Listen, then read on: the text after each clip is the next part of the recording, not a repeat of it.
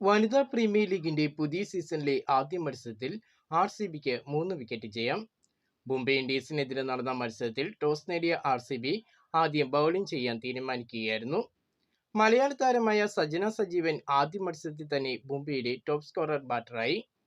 മലയാള താരത്തിന്റെ വെടിക്കെട്ട് ബാറ്റിംഗ് മികവിൽ മുംബൈ നേടിയത് 6 വിക്കറ്റ് നഷ്ടത്തിൽ 154 റൺസായിരുന്നു. 25 പന്തുകളിൽ നിന്നും ഒരു സിക്സും 7 ഫോറും അടക്കം 45 റൺസാണ് സജന നേടിയത്.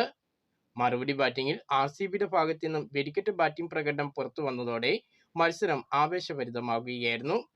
7 വിക്കറ്റ് നഷ്ടത്തിൽ RCB വിജയ റൺ മറികടന്നു. RCBയുടെ ദക്ഷിണാഫ്രിക്കൻ താരമായ നദീൻ ഡി കർക്കിന്റെ വെടിക്കെട്ട് ബാറ്റിംഗാണ് RCBക്ക് വിജയം സമ്മാനിച്ചത്.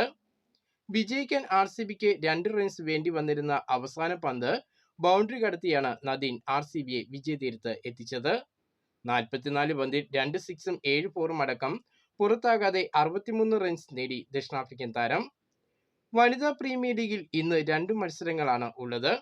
ഇന്നത്തെ ആദ്യ മത്സരത്തിൽ ഉച്ചകഴിഞ്ഞ് 3:30 ഗുജറാത്ത് UPയെ നേരിടുമ്പോൾ ഇന്നത്തെ രണ്ടാം മത്സരത്തിൽ രാത്രി 7:30 മുംബൈ ഡൽഹി പോരാട്ടമാണ്. സ്റ്റാർ സ്പോർട്സിലും ജിയോ ഹോട്ട്സ്റ്റാറിലും മത്സരങ്ങൾ തത്സമയം കാണാം.